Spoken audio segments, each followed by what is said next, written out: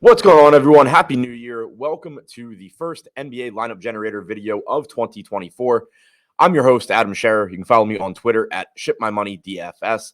And we have a 6-game NBA slate tonight. I believe it's 6 games. I know the final game was removed because it starts an hour and a half after all of the others. We're going to walk through the slate using the lineup generator, as always, for both DraftKings and FanDuel.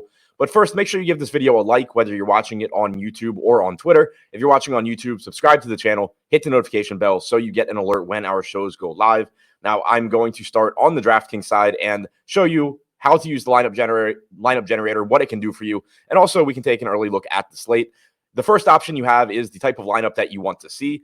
You can choose to see all different types of lineups, chalky lineups, balanced lineups, or contrarian lineups. Recommend looking at mostly contrarian lineups if you're playing larger field stuff. If you're playing smaller field stuff, chalky lineups or balanced lineups will probably be better for you. For this video, I'm going to look at contrarian lineups, and then you have the option to lock a player in. I'm not going to do that for this video. I don't recommend doing it if you're playing like 20 lineups or something like that. But if you are only playing a couple of lineups, it can make sense and save you some time to lock a player in so that every lineup you are presented with has that player. But like I said, I'm not going to do that for this video. Then on the next page, you start to see the lineups that are being presented to you. And the way this works, the way the tool itself works, is it's utilizing our player projections, ownership projections, and simulation models on the back end. It's simulating this slate thousands and thousands and thousands of times, and then presenting you with lineups that it finds to be profitable in the long run. You then have the ability to either save or discard those lineups, whether you like or dislike them. You also have some customization options that I'll get to in a minute. But looking at what you are presented with up here at the top, you get the salary, the projected fantasy points, and the projected ownership of the lineup. Then you get each individual player along with their salary, fantasy projection, and ownership. So you can see the lineup as a whole. You can see each player's individual ownership and projection. And then over here on the right-hand side, you do have these arrows, which are one of the ways you can customize your lineup. If you are looking at a lineup and you like most of it, but there's a player or two that you don't, you can use those arrows to quickly change it. So let's say you're looking at this lineup and you like everything, but you don't like Andrew Nembhard. You can click these arrows over here, scroll down to the $5,300 shooting guards, and replace him with someone that you like better. You have all of the stats in front of you here as well. So, for example, if you know that ownership in this lineup isn't a factor, you're not really going to care what the ownership is, you could swap him to Emmanuel Quickley. Similar projection, similar ownership. Maybe you just like Quickley better. You would click the arrows next to Quickley, and he would swap in for Nembhard. You can do that with multiple players. So you could swap down from Lauri Markkanen so that you can upgrade Isaiah Jackson. You have that ability. You don't have to discard the lineup and just keep flipping through until you find one you like better. You can make those changes on your own. And then down here at the bottom, also a really useful piece are these two sliders, because a fantasy projection and ownership projection by themselves don't really mean a lot. It's interesting to look at, but what really matters is how it compares to the alternatives. So here you can see that this lineup projects relatively well. It's relatively contrarian. It's not all the way over here on the left as a chalky lineup. So it looks like a pretty good lineup. And this is where you would obviously save it. So for this video, I'm going to just save the first 20 lineups we get. And then we can take a look at how our player exposures look on the next page, where we have a very useful table over on the right-hand side. So clearly it's going to be difficult as you are saving lineups to mentally keep track of how much you have of each individual player. So you can see that over here. Your player exposures, and it's an easy way to check and make sure that you're comfortable with all of the risks that you're taking. And the guy at the top here, Isaiah Jackson, 60%, very good example of why it's important to look at this. Like I said before, every lineup you're being presented with is projected to be profitable in the long run, but you still want to make sure that you're not putting all of your eggs into very, very risky baskets.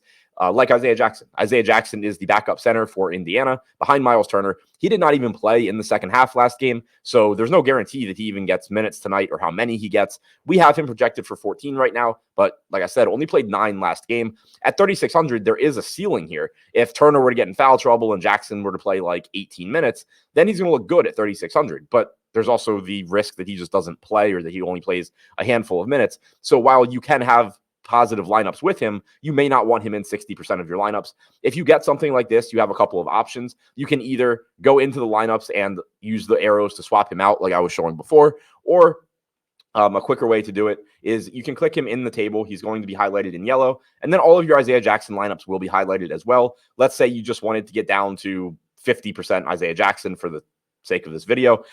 You can just go and take the 2 lineups that you like the least, discard them, go down to get more lineups, and you'll go back to the previous screen where you then can just select 2 lineups that do not have Isaiah Jackson to replace the ones that you got rid of. And then we're back, or we're down to 50%. You can obviously keep doing that to get him lower, get him to a point that you're comfortable with. Because every lineup you're being presented with is projected to be profitable, you can manipulate your player exposures and get to a point where you're comfortable with everybody that you have. So now we can take a look at the players we are getting right now. Lauri Markkanen at the top, showing up in 55% of our lineups at $8,000. Reasonable price point for him. Utah is a scary team because their rotations are inconsistent and we can't really trust playing time. Markkanen only played 26 minutes or so in the last game, but he is averaging around 32 to 33 minutes per game overall. Isaiah Jackson already talked about, extremely risky. If this were lock and I was getting this much Jackson, I would probably lower him beyond the 50%, but I'm not going to take the time to do that in this video. Giannis in a great matchup against Indiana. Should be a very high scoring game. He looks good at 11K. He is showing up 35% of the time. Derek Lively, when he's not in foul trouble, continues to play north of 30 minutes for Dallas. He looks like a quality value at 5,400. Emmanuel Quickley, Jakob Poeltl for Toronto. Remains to be seen if Quickley will start or how many minutes he will play, but he is only 5K, so he looks good on DraftKings one way or the other. We saw Jakob Poeltl play huge minutes last game. I don't expect that to continue, but he has averaged about 2 minutes more per game in games without Precious Achiuwa this year than games with Achiuwa. Achiuwa, of course, is now on the Knicks. So Poeltl looks like a pretty good play at 6K. We are waiting on news from Portland. Shaedon Sharpe is questionable, but even with him projected in, we are getting to Scoot Henderson at 6,100, 25% of the time.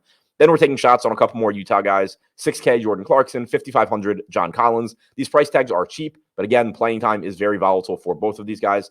Andrew Nembhard continues to start for Indiana. He's playing big minutes usually, but he does suffer when he plays alongside Tyrese Haliburton. He's only produced around 2/3 of a fantasy point per minute in the games that he has played with Haliburton active this year. Colin Sexton, 6,300.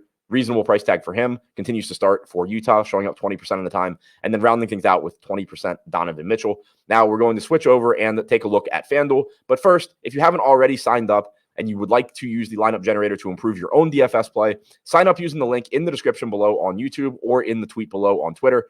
It's $14.95 per week. We created this tool with single entry, 3 max, 20 max, lower stakes players in mind to help you improve your DFS process, your DFS performance without breaking the bank. It's a price point where you can still reasonably expect to profit at those stakes, and it should make you better. So sign up using the link in the description below. Now, looking at FanDuel, once again, going to go with contrarian lineups and not lock anyone in.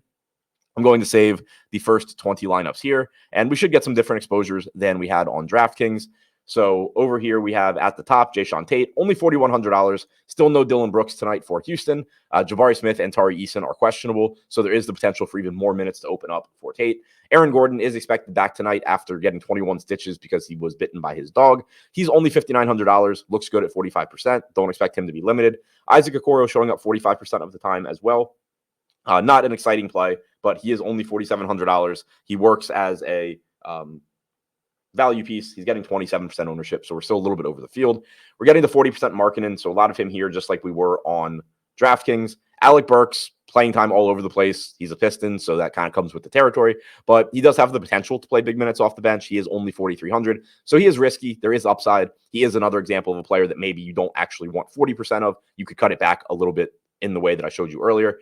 Alperen Şengün and Giannis also showing up 40% of the time. Pretty self-explanatory. Both of them look very good. We already talked about Scoot Henderson a bit. We're getting to him on FanDuel as well at 35%.